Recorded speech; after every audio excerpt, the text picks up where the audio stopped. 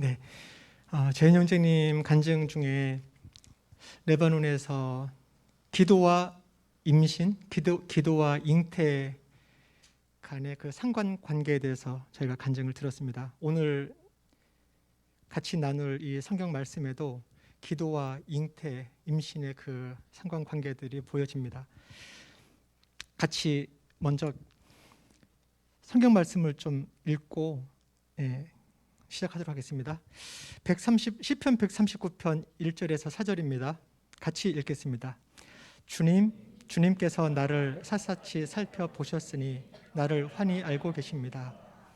내가 앉아있거나 서있거나 주님께서는 다 아십니다. 멀리서도 내 생각을 다 알고 계십니다. 내가 길을 가거나 누워있거나 주님께서는 다 살피고 계시니 내 모든 행실을 다 알고 계십니다.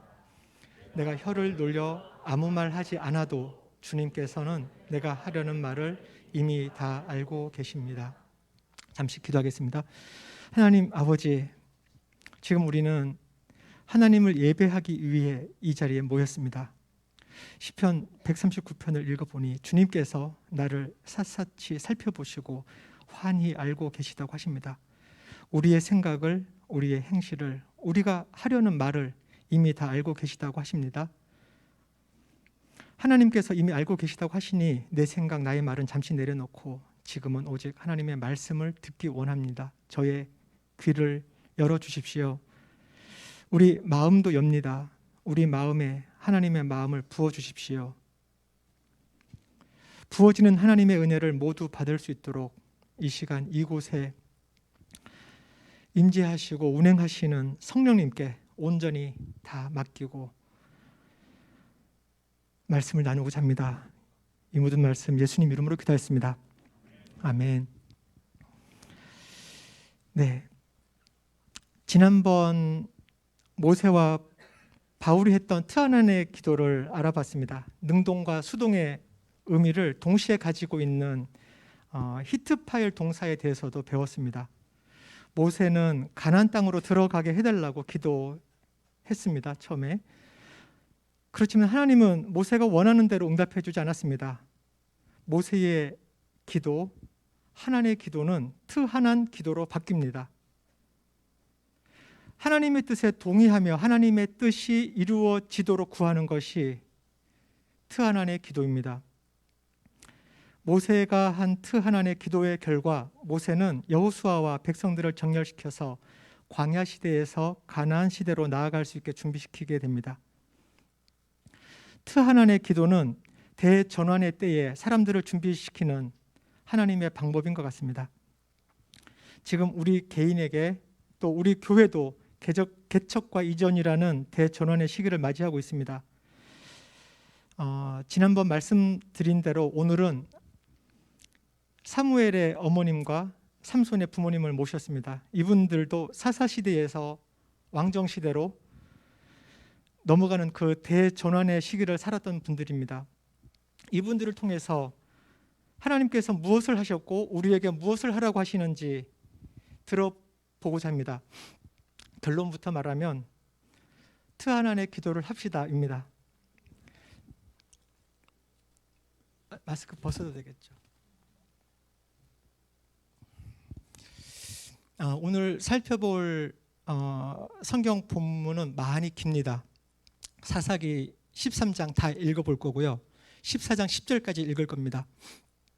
그리고 사무엘상 1장도 전부 다 보려고 합니다. 준비되셨죠? 가겠습니다.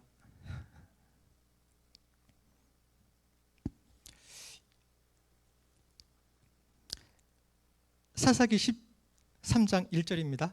이스라엘 자손이 다시 주님께서 보시는 앞에서 악한 일을 저질렀다. 그래서 주님께서는 그들을 40년 동안 블레셋 사람들의 손에 넘겨주셨다.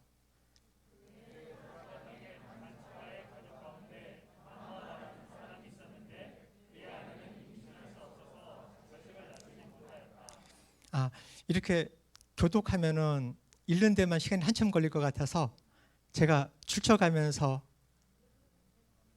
읽고 설명하고 이렇게 넘어가도록 하겠습니다.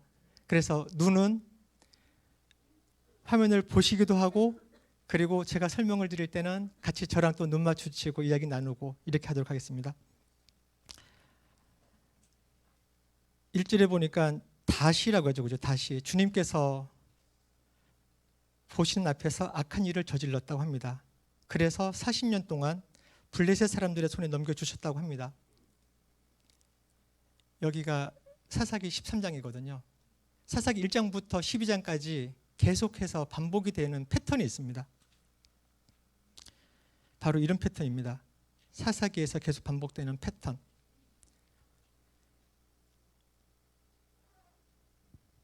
사사시대의 특징은 사람들이 각기 자기 소견에 오른 대로 행하였다는 거죠.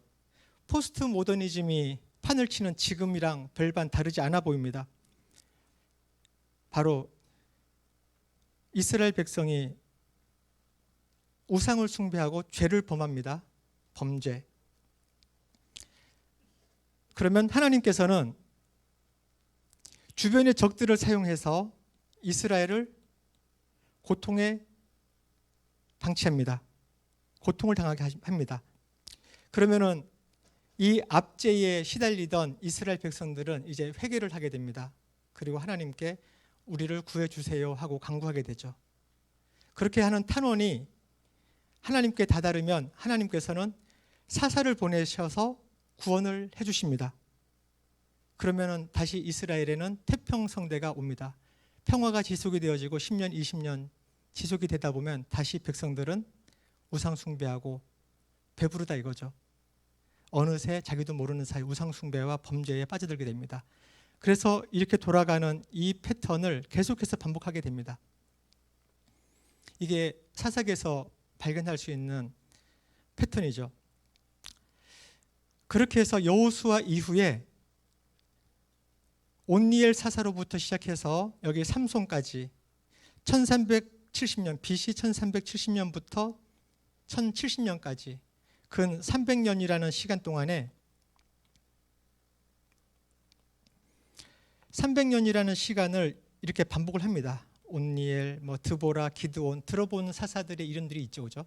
예, 이 사사들의 시대를 거쳐가면서 300년을 이런 패턴으로 반복하고 있습니다. 이제 이 패턴을 반복하다 보니까 이스라엘의 이 상황은 이제는 범죄도 어느 정도 다 이렇게 이력이 들어서 그렇게 크게 예민하지도 않습니다. 그런 상황에 처해 있는 이 사사시대 막바지까지 이른 거죠. 이제 사사시대를 마무리하고 왕정시대로 넘어가는 이 과도기입니다. 카이로스의 타임이 지금 다가오고 있습니다. 보통 우리가 성경을 읽을 때는 사사기 읽죠. 그 다음에 룻기 읽고 그 다음에 사무엘상, 사무엘하 이렇게 읽어 나갑니다. 성경 공부를 하더라도 사사기 그 사사들에 대해서 성경 공부를 따로 하죠. 룻기도 따로 별도로 공부를 하게 됩니다. 그리고 사무엘상하는 이어서 사무엘, 다윗, 사울 등등 하면서 왕들에 대한 이야기들 하면서 공부를 하게 됩니다. 그렇게 각각 따로따로 공부를 하다 보니까 우리는 별도로 생각을 하게 되는데 각각 별개라고 생각을 하게 되는데 가만 보니 오늘 살펴볼 삼손과 사무엘은 같은 동시대 사람이었습니다. 같은 동시대에 살았던 사람들이고 그리고 지금 차로 이동한다면 1시간도 안 되는 거리에 살았던 사람들입니다. 2절 읽어보겠습니다. 제가 읽겠습니다. 그때 소라 땅에 단지파의 가족 가운데 마누아라는 사람이 있었는데 이렇게 땅 이름이 나오고요. 그 다음에 족보가 나오고 연대기가 나오고 이렇게 하면은 어떤 분들은 생각이 멈춰진다고 하더라고요. 그리고 눈은 따라가면서 글은 성경을 읽고 있는데 생각은 멈춰지고 그냥 나랑은 전혀 관계없는 저 먼 나라 이야기 이렇게 된다고 하더라고요. 제가 그래서 혹시나 도움이 될까 싶어서 지도를 좀 준비를 해봤습니다. 제가 이렇게만 준비했더니 저희 와이프가 지구 전체에서부터 이렇게 줌인해서 들어가서 이렇게 어딘지 알지 이렇게만 하면 이게 어디 있는 건지 어떻게 하냐고 막 뭐라고 하길래 그래도 하나교회 성도들이시니까 지중해 알죠, 그죠? 지중해입니다. 여기 사해가 있고요. 예루살렘 보이죠? 예, 요거 정도만 가지고 저희가 생각을 해보겠습니다. 어, 12지파가 땅을 나눠서 분배받죠. 요 지역은 유다 지파의 지경이고요. 여기는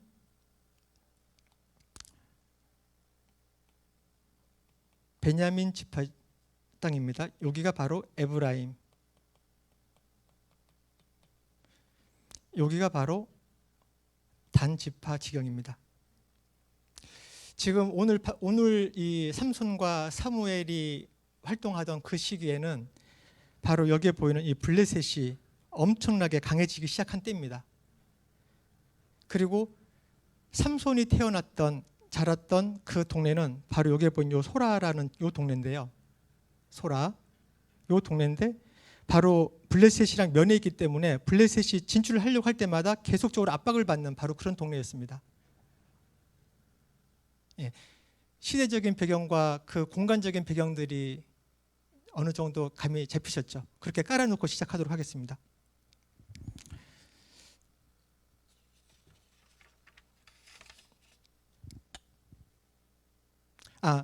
이렇게 지도를 본 김에 좀 이따가 사무엘도 살펴볼 건데 사무엘이 살던 동네는 어딘지 또 볼게요. 사무엘은 여기 미스바라고 하는 요 동네 바로 옆에 라마라고 하는 동네가 있습니다. 그 동네의 출신이고요. 여기에서 때마다 해마다 또는 뭐 서원제를 드릴 때마다 여기 실로라는 곳으로 제사를 드리러 왔다 갔다 했습니다. 바로 실로에 성막이 있었거든요.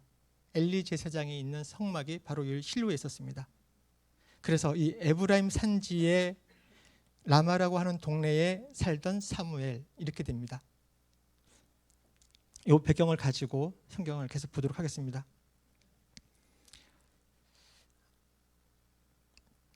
그의 아내는 임신할 수 없어서 자식을 낳지 못하였다.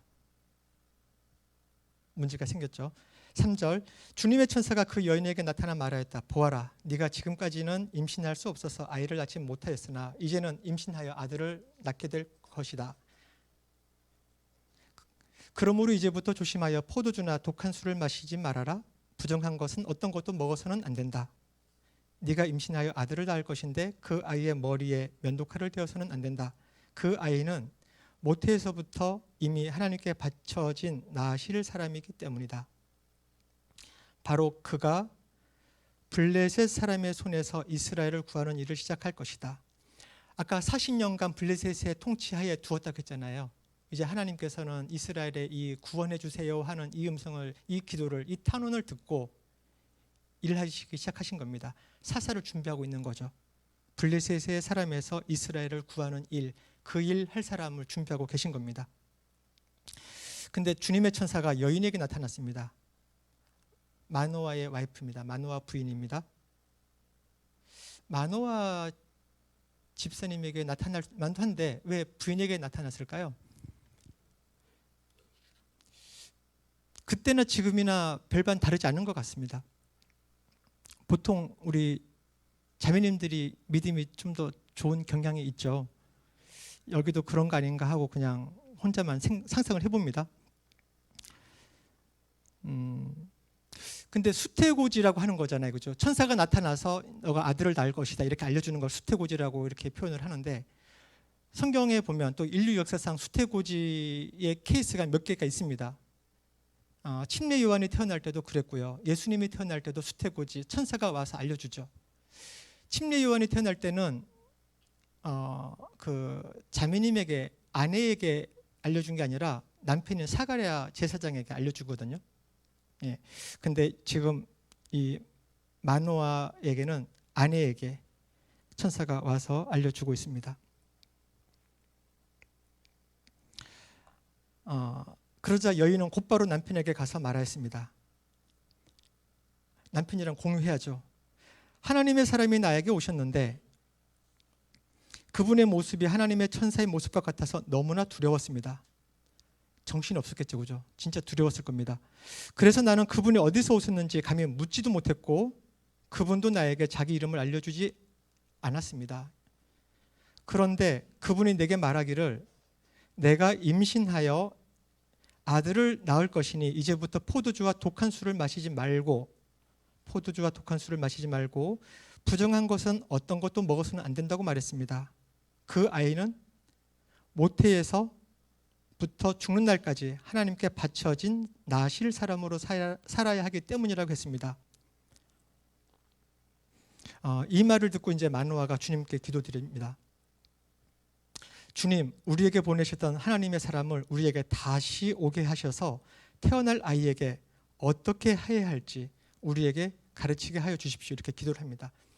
아내 말을 들으면 그냥 억셉트 할 만도 한데, 그죠? 우리 형제님들 보는 것 같지 않습니까? 뭔가 못 믿었는지 그래도 헛것을 봤다고 타박하진 않습니다. 타박하지 않고 기도하는 자리로 가서 기도하는 걸 보니까 나름 신중하기도 하고 신앙도 있는 남편인 것 같습니다. 9절에 주님께서 마노아의 기도를 들어주셨습니다. 마노아가 하는 그 기도를 하나님께서도 들어주십니다. 그래서 주님의 천사가 다시 여인에게 왔습니다. 왜 여인에게도 가죠? 마노아가 기도했으면 마노아한테 가서 사실은 이런 거야 하고 알려줄만 한데 왜 또 마노아에게 안 가고 와이프에게 갔을까요? 그때 그 여인은 밭에서 일을 하고 있었습니다. 그리고 마노아는 아내와 함께 있지 않았습니다. 따로 일을 하고 있었겠죠. 그래서 그 여인은 급히 달려가서 남편에게 말하였습니다. 와보세요. 저번에 나에게 오셨던 그분이 지금 나타나셨어요. 이렇게 말합니다. 마노아는 일어나 곧 아내를 따라가서 그 사람에게 이르렀습니다. 마노아가 그를 보고서 저번에 자기 처에게 말하던 그분이냐고 물었습니다. 그러니까 그 천사가 그렇다라고 대답합니다. 그러니까 마노아가 그에게 지난번에 한 그 말이 이루어질 때 그 아이가 지켜야 할 규칙은 무엇이며 또 그 아이가 할 일은 무엇이냐라고 물어봅니다. 이거 딱 직장생활 한 10년, 15년 차 이상 되신 분들이 하는 질문 같지 않습니까? 크게 원칙은 무엇이냐, 그리고 세부 규칙들은 무엇이냐, 할 일은 무엇이냐라고 딱딱딱 물어보는 여기에서 이 직장인의 그 포스가 느껴지는 것 같습니다. 그러니까 주님의 천사가 마노아에게 일러줍니다. 주님의 천사가 마노아의 아내에게 일러준 모든 것을 그 아이가 지켜야 한다고 합니다. 그러면서 일러주는 것이 뭐 새로운 게 없습니다. 아내에게 말해준 것 그대로입니다. 그냥 마노아가 아내가 처음에 말했을 때 그냥 아멘하고 받고 준비하자, 기도하자 이렇게 쓰면은 그냥 일하다가 말고 막 바쁘게 뛰어다니고 막 이렇게 안 해도 되잖아요, 그죠? 남편들 아내 말 잘 들어야죠, 그죠? 마노아의 아내는 포도나무에서 나는 어떤 것도 먹어서는 안 되고 다시 14절부터 14절에는 소위 나실인 규례라고 하는 그 이야기를 다시 반복을 합니다. 아내에게 명령한 모든 것을 마노아의 아내가 지켜야 한다고 말해주고 있습니다. 나실인의 규례를 좀 살펴보면 좋겠습니다. 먼저 나실인의 규례는 민수기 6장에 나오는 말씀이거든요. 민수기 6장에 나실인의 규례에 대해서 기간은 어떻게 되는지, 무엇을 해야 되는지, 만약에 부정하게 됐을 때는 어떤 식으로 다시 정결케 되는지 이 모든 규정들이 다 나와 있습니다. 거기에서 명시적으로 나와 있는 것 몇 가지만 보면은 나실인은 헌신 기간 동안에 나는 하나님께 전적으로 성배를 해서 나를 드리겠습니다. 이게 나실인의 서원이거든요. 그렇게 하게 되면 헌신 기간 동안 어떤 사람은 뭐 한 달 동안, 뭐 3달 동안, 1년 동안 이런 식으로 기간을 정할 수 있습니다. 또는 지금 보고 있는 이 사람들은 삼손과 사무엘은 평생 동안 나실인으로 살도록 이렇게 들여진 사람들입니다. 이 사람들은 무엇을 해야 되냐면은 독주와 포도주를 마시면 안 됩니다. 그리고 머리에 면도칼을 머리를 깎으면 안 됩니다. 그리고 시체에 접촉해서도 안 됩니다. 이 3가지가 기본적으로 나실인들이 지켜야 되는 규정입니다. 포도주라고 하면 포도밭에도 가서는 안 돼요.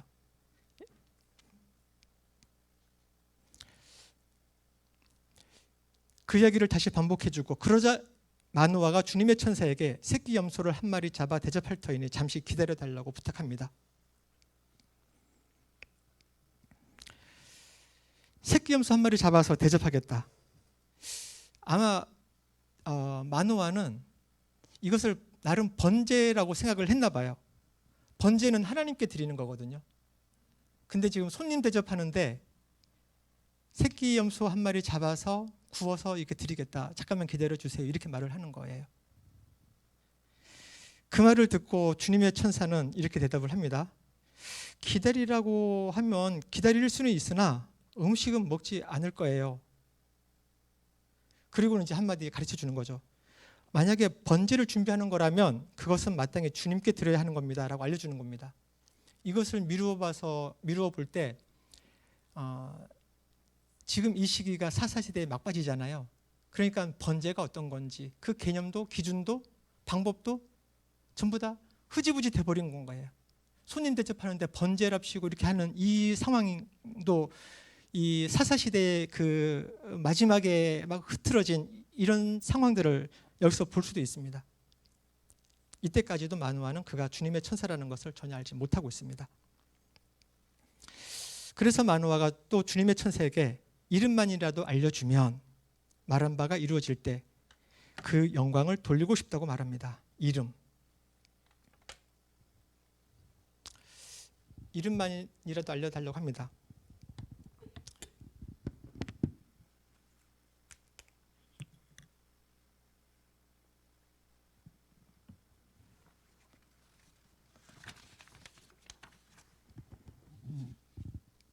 명함 한 장 주세요. 뭐 이런 거겠죠, 그죠? 직장인 마인드로 본다면 그동안 아이가 없었는데 그 간절한 소원이 이루어질 거라는데 감격이 됩니다. 이때까지도 주님의 천사인지 알지 못하고 그저 용한 사람인가 보다 생각하는 것 같습니다. 이야기해 준 대로 진짜 아들을 낳게 되면 후사하겠다는 뜻이죠.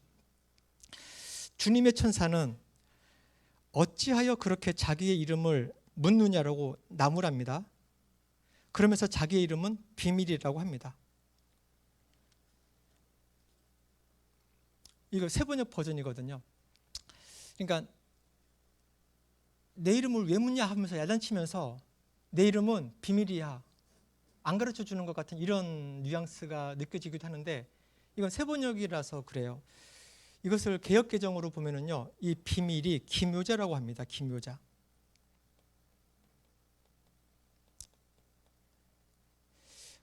기묘자.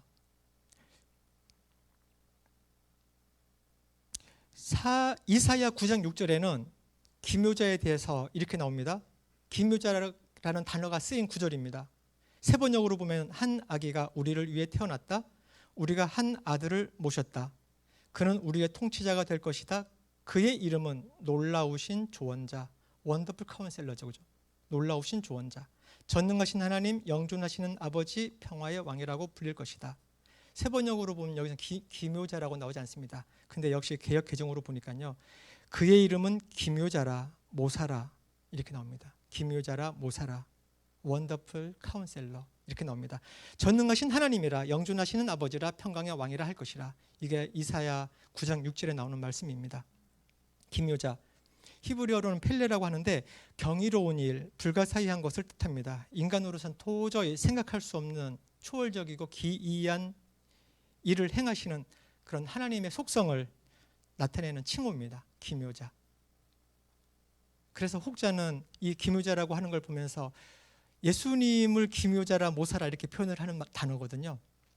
그래서 구약 시대에 예수님께서 오신 거다 이렇게 말하는 그런 주석계도 그런 학자들도 있습니다. 개인적으로는 한 가정의 그 불임으로 인한 고통이 계속되고 있는 이 상황, 그리고 민족적으로는 40년 동안 블레셋의 치하에서 고통받고 있는 이 상황, 이것을 우리 하나님께서는 그분만의 기이한 방법으로, 기묘한 방법으로 구원하시고자 하시는 하나님의 계획이 지금 진행되고 있는 것입니다.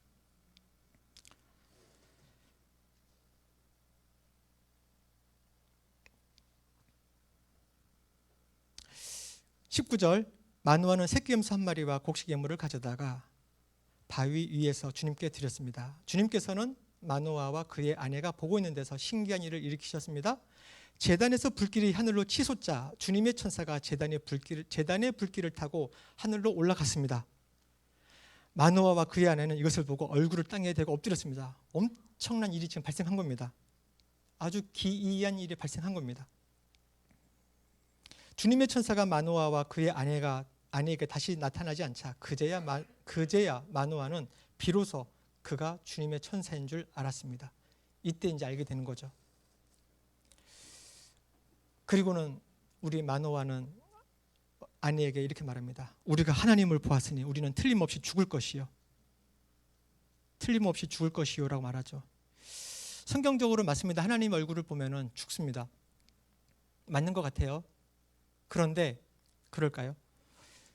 아내는 거기에 대해서 이렇게 말을 합니다. 만일 주님께서 우리를 죽이려 하셨다면 우리의 손에서 번제물과 곡식 예물을 받지 않았을 것입니다. 또 우리에게 이런 모든 일을 보이지도 않았을 것이고 이런 말씀을 하시지도 않았을 겁니다. 이렇게 말하죠. 귀납적인 사고가 되는 분이십니다. 우리 마노아 와이프께서는.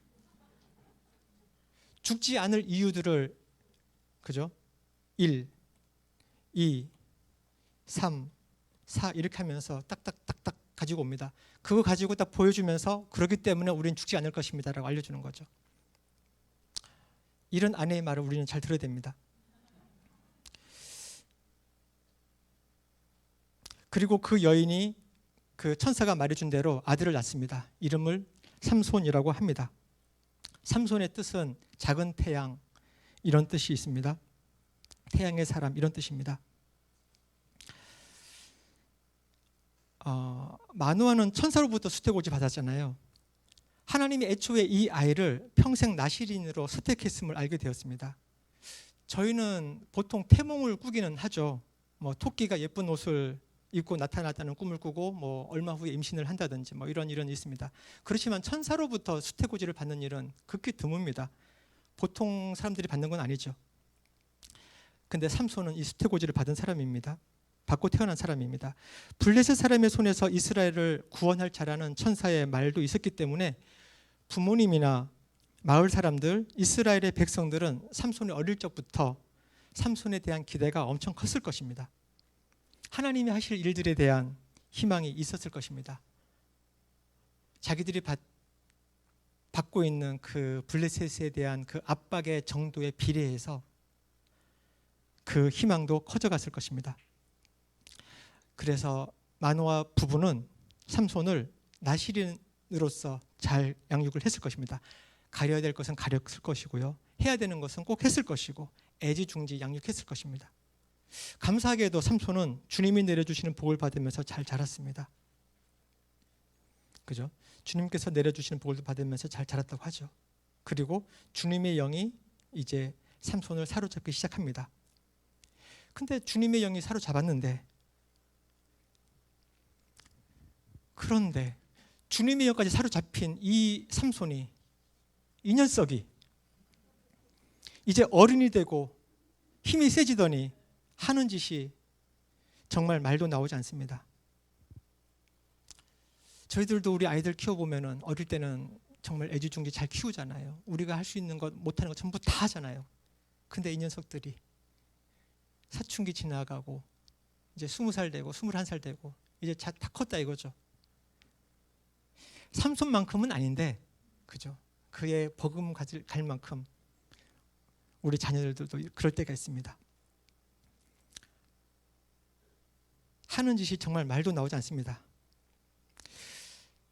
블레셋 여자에게 장가들겠다고 하는 겁니다. 부모님이 다 이러죠. 왜 하필 블레셋 여자냐? 할례도 받지 않은 블레셋 사람을 아내로 맞으려고 하는 거냐 하면서 탈려도 보지만 첫눈에 반했다면서 막무가내입니다. 자식 이기는 부모 없다고 해서 이 마노아 아버지는 삼손을 데리고 블레셋으로 갑니다. 그 첫눈에 반했다는 그 여자 이제 결혼시키러 장가 보내러 갑니다. 할 수 없이 장가 보내러 오가는 길에 부모인 마노아에게 알리지도 않고 혼자 포도원에 어디 들어갔다가 거기서 사자를 만납니다. 그리고 하나님의 영이 임하는 바람에 임하니까 또 그 사자를 찢어 죽입니다. 지금 삼손은 나시린입니다. 나시린의 규례는 포도밭에도 가지 않는 겁니다. 포도주를 마시지 않는 것은 물론이고요. 근데 지금 포도원을 갔다가 사자를 만난 거예요. 그리고 사자 찢어 죽입니다. 시체잖아요. 시체 만지면 안 되거든요. 지금 그 짓을 지금 하고 있는 겁니다. 자기가 나시린이라고 하는 그 정체성 없습니다. 어려서부터 수없이 들었음에도 불구하고 그냥 가볍게 무시합니다. 왜? 자기 힘이 있거든요. 할 수 있거든요. 사자를 찢어 죽일 수 있는 힘이 있거든요.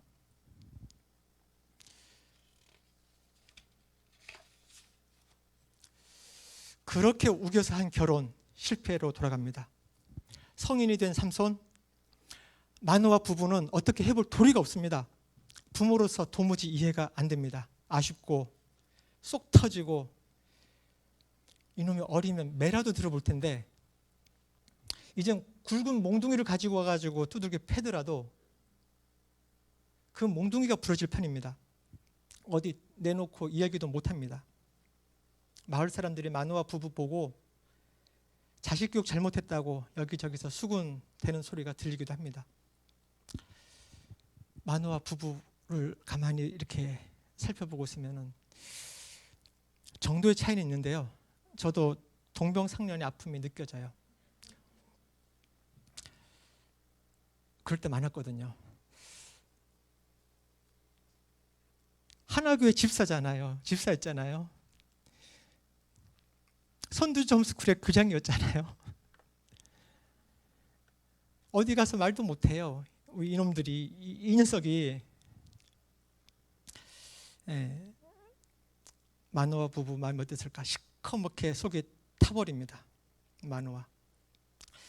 마노아가 자녀 키우면서 뭘 그렇게 잘못했을까요? 잘 모르겠습니다. 저는 그렇게 크게 잘못했을까요? 근데 사사기 14장 4절에는요 이렇게 나옵니다. 그의 부모는 주님께서 블레셋 사람을 치실 계기를 삼으려고 이 일을 하시는 줄을 알지 못하였다. 이렇게 나옵니다. 마노아의 부모는 하나님께서 지금 삼손을 이렇게 만들어 가고 있다는 것, 하나님이 이렇게 만들고 있다는 아닌 것 같아요. 삼손의 그 성향, 자기 개인적이고 이기적이고 자기의 이 안목의 정욕을 추구하려고 하는, 그리고 자기 힘을 믿고 교만한 이 모든 것들을 사용을 하셔서 이렇게 만들어 가고 있는, 그리고 궁극적으로는 블레셋을 치고자 하는 그 하나님의 그 뜻이 있는 거죠. 근데 부모는 알 길이 없었어요.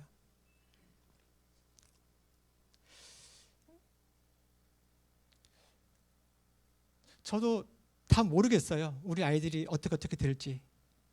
지금 하고 있는 꼬라지들을 보면 마노아 못지않게 이런 마음이 들 때도 있고, 또 살짝 넘어가면 다행이다 이럴 때도 있고, 다양하잖아요. 그죠? 여러분들 어떠세요?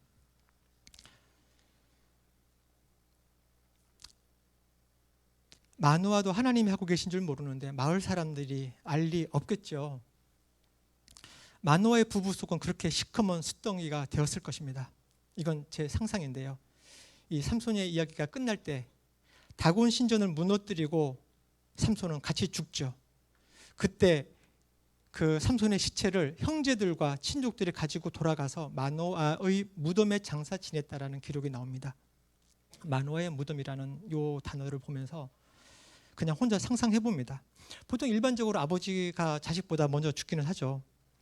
근데 마노아의 무덤이라는 단어가 저한테는 정말 속이 문드러지다 못해 그냥 제명에 다 살지 못하고 일찍 돌아가신 건 아닐까, 이런 생각을 혼자 해봅니다. 소라 땅에서 사는 이 마노아 부부가 이런 일을 겪고 있는 동안에 좀 떨어진 에브라임 산간 지방에는 한나가 또 불임의 고통을 받고 있는 중에 있습니다. 결론적으로는 한나는 이 불임의 고통을 트하난의 기도로 돌파하고 있습니다. 자, 이제 사무엘의 어머님 한나 집사님을 모시겠습니다. 트하난의 하나에서 파생된 단어가 한나라고 했잖아요. 그죠? 은총을 입은, 은혜로운, 은혜의, 이런 뜻입니다. 기도의 여인 한나의 이름입니다. 사무엘상 1장으로 넘어가겠습니다. 2절부터 볼게요. 엘가나, 한나의 남편입니다. 등장인물 엘가나. 그리고 와이프 이름은 한나입니다. 그리고 분인나라고 하는 또 다른 아내가 또 있습니다. 아내가 둘입니다. 근데 분인나에게는 자녀들이 있는데 한나에게는 자녀가 없어요. 딱 보는 순간 우리가 그동안 많이 봐왔던 사극들, 드라마들 딱 떠오르죠. 그죠? 이 갈등의 구조가 어떻게 전개되어질지 딱 펼쳐지죠. 안 봐도 그죠? 안 봐도 딱 뻔합니다.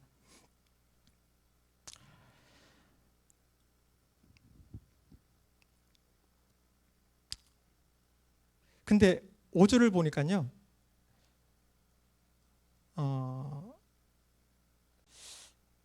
한나는 아이를 낳지 못하고 있는데 그렇지만 엘가나는 한나를 사랑하고 있어요. 그리고 한나와 엘가나 사이의 금술은 아주 좋았던 것 같습니다. 근데 한나의 태가 열리지 않았기 때문에 하나님께서 닫아놓으셨기 때문에 아직 아이를 갖지 못하고 있는 상태입니다.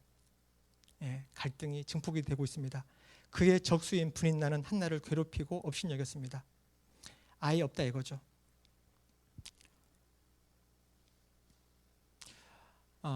이 시대에 아이가 없다는 것은, 아들이 없다는 것은 그냥 아들이 없어요. 그냥 단순한 이런 문제가 아니죠. 근데 이런 일들이 매년 거듭되고 있습니다. 갈등은 더 증폭이 되고 있습니다. 한나가 주님의 집으로 올라갈 때마다, 매년 그때마다 분인나가 한나의 마음을 늘 그렇게 괴롭혔습니다. 한나는 울기만 하고 아무것도 먹지 않았습니다. 예상대로죠. 우리 드라마 이렇게 전개되는 거.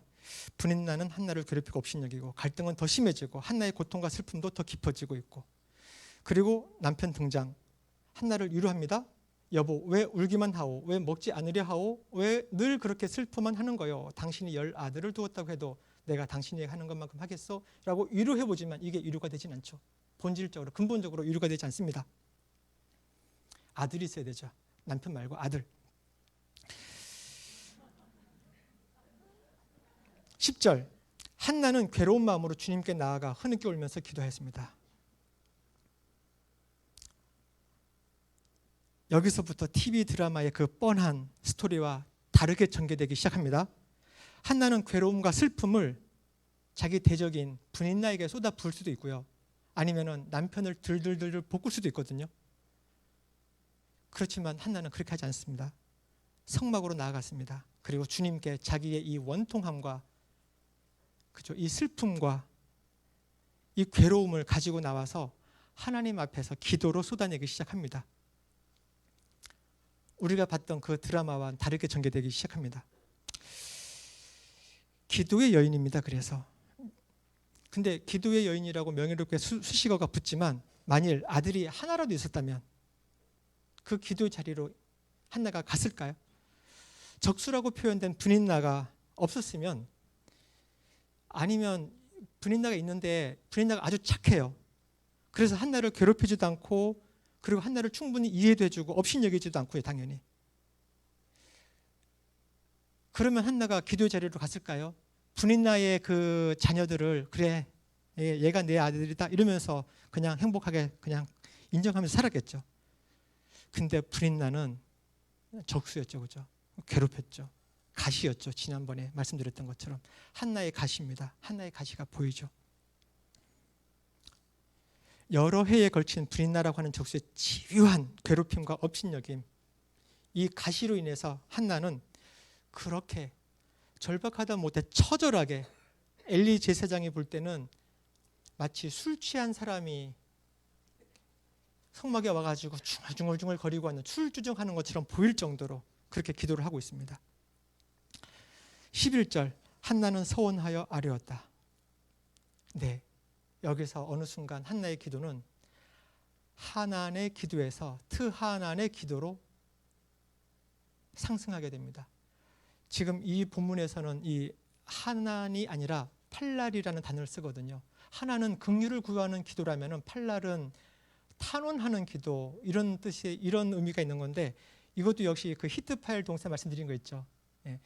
내가 하는 기도인데 내가 하는 기도가 아니라 하나님께서 하라고 하시는 그 기도, 이 팔랄 기도로 상승하게 됩니다.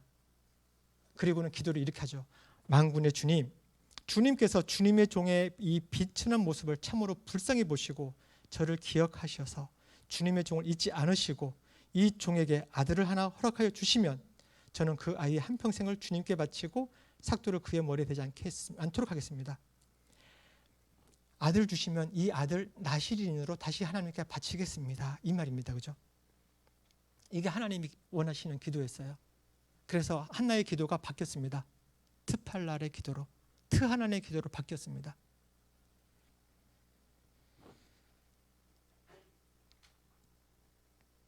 하나님은 카이로스 때 대전환의 시기에 사무엘이 필요했던 겁니다.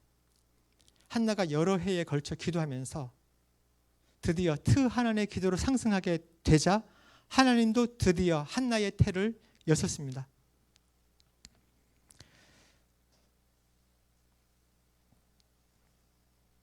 그리고 17절에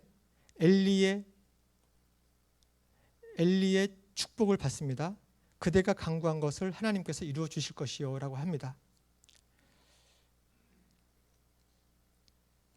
그리고 한나는 얼굴에 슬픈 기색을 띠지 않았습니다. 엘리 제사장이 우리가 아는 엘리 제사장 아주 영빨이 센 그런 분 아닌 것 같아요.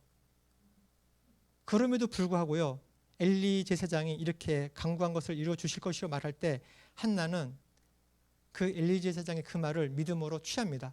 그리고 안색을 싹 바꿉니다. 슬픈 기색을 띠지 않습니다. 믿음으로 취한 거죠. 그리고 20절에 드디어 한나가 임신을 하고 다리 차서 아들을 낳습니다. 그 이름을 사무엘이라고 합니다. 하나님께서 들으셨다 이런 뜻입니다. 사무엘, 쉐마 엘, 들어라 엘, 하나님께서 들으신 그 아들이라는 뜻입니다.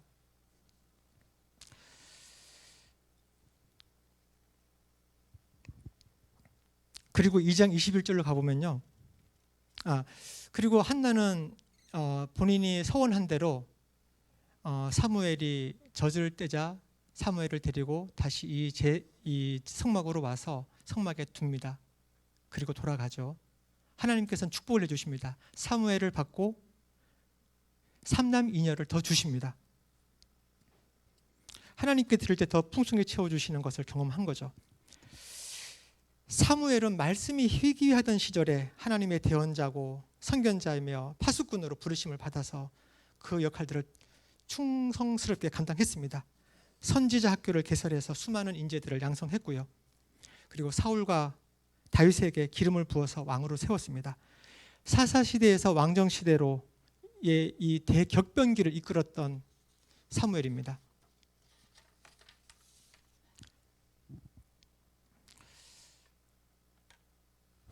우리 자녀들도 이 사무엘처럼 이렇게 되면 얼마나 좋을까요? 되기를 바라죠, 그죠? 그렇게 될까요, 근데? 그렇게 되길 바라지만, 저는 우리 자녀 4명을 나시린으로 바친 건 아니지만 헌화식 때 하나님께 바쳤습니다. 이 자리에 계신 분들, 자녀를 가지고 계신 분들, 아직 우리 지음이는 아직 안 바치었겠지만 그 외에 웬만하면 다 헌화식 때 다 하나님께 바치셨죠. 하나님께 드렸으니까 나의 눈으로 자녀들을 보지 말고요, 하나님의 눈으로 자녀들을 보면서 하나님을 신뢰하고 트하난의 기도를 우리는 했으면 좋겠습니다. 사무엘이 그런데 삼손은 수태고지를 받고 태어난 사람이죠. 개인 역량도 엄청났던 사람입니다. 그러나 나시린임에도 불구하고 나시린 규례를 모두 어겼고, 그리고 개인의 그 안목의 정욕으로 그 역량을 낭비했던 사람입니다. 결국은 눈이 파이고, 그리고 다곤 신전의 기둥을 무너뜨리면서 블레셋 사람들과 함께 죽음으로 생을 마감했습니다. 우리 자녀들 당연히 사무엘 같았으면 좋겠지만, 근데 우리는 모릅니다. 우리는 하나님의 일을 다 알지 못합니다. 히브리서 11장에 보면요, 이렇게 나옵니다. 내가 무슨 말을 더 하겠습니까? 기드온, 바락, 삼손, 입다, 다윗, 사무엘, 그리고 예언자들의 일을 말하려면 시간이 모자랄 것입니다 하면서 그 믿음의 전당에 삼손과 사무엘을 나란히 올려놓습니다. 그 부모 속을 부모 속을 썩이던 삼손도, 그 다음에 부모 마음에 속 들었을 사무엘도 히브리서 기자는 믿음의 전장에 나란히 기록하고 있는 것을 봅니다. 삼손이 믿음의 전장에 있다니 난 동의가 되지 않지만 하나님의 지혜는 모르는 겁니다. 하나님의 일을 다 알지 못합니다. 나타난 것들로만 판단할 수 없습니다. 그러나 우리는 기도할 수 있습니다. 나를 위한 기도, 이기적이어도 좋습니다. 그 기도가 결국은 트하난의 기도로, 그리고 트팔랄의 기도까지 갔으면 좋겠습니다. 상승했으면 좋겠습니다.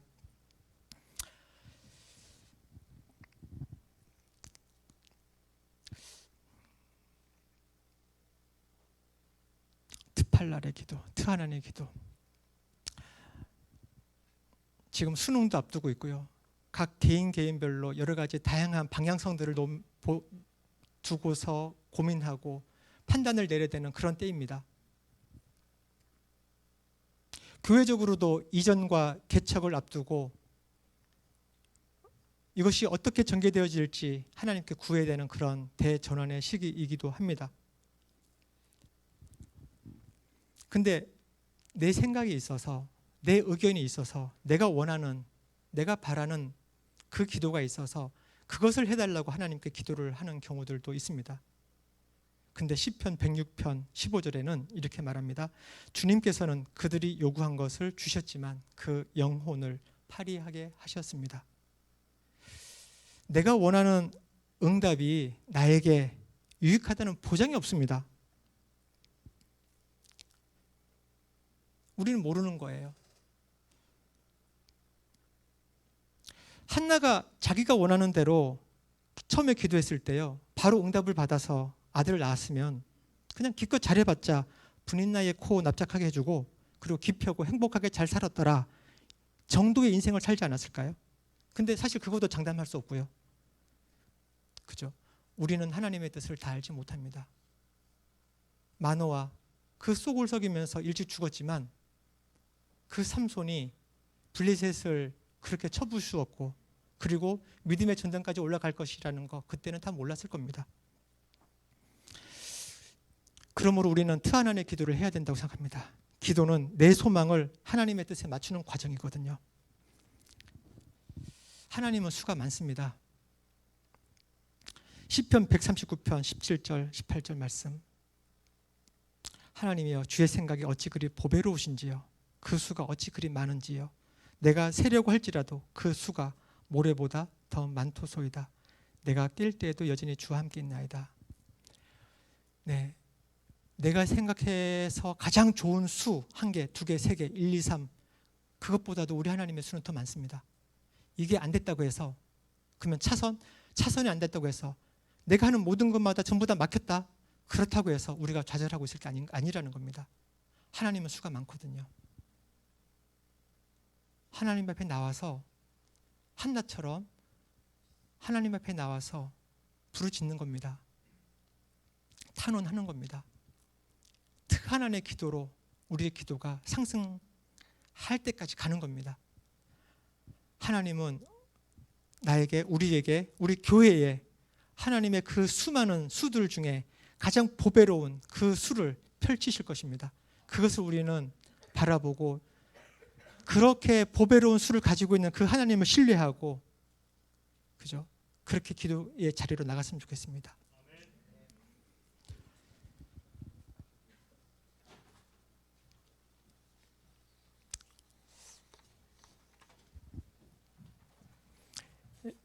에베소서 3장 20절 말씀입니다. 우리 가운데서 일하시는 능력을 따라 우리가 구하거나 생각하는 것 이상으로 더욱 넘치게 주실 수 있는 분에게.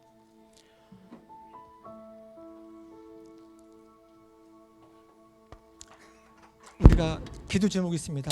간구하는 목록들이 있습니다. 그렇지만 우리 하나님은 우리가 간구하는 것 그 이상을 주실 수 있는 분이십니다. 우리가 생각했을 때 가장 좋은 것 그 이상을 주실 수 있는 분이시라는 겁니다.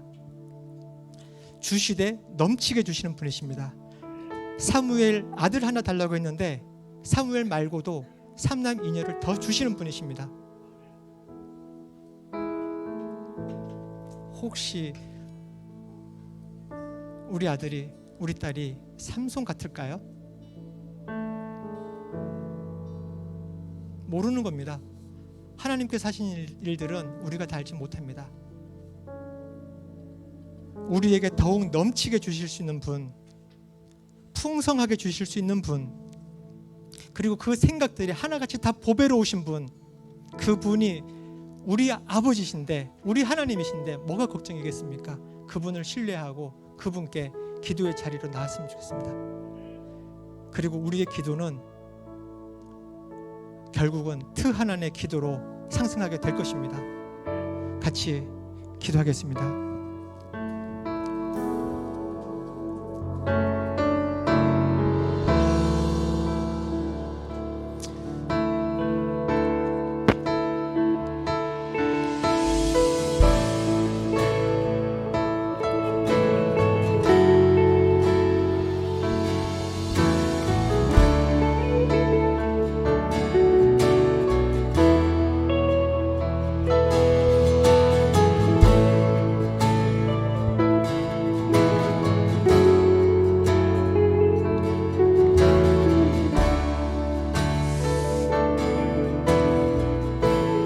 제가 기도하는 것보다 더욱 응답하시는 하나님, 제가 생각하는 것보다 더욱 이루시는 하나님, 우리 가운데 역사하시는 능력대로 우리들의 간구함을 넘치도록 능히 하실 주님, 주님께 우리의 기도를 올려드립니다.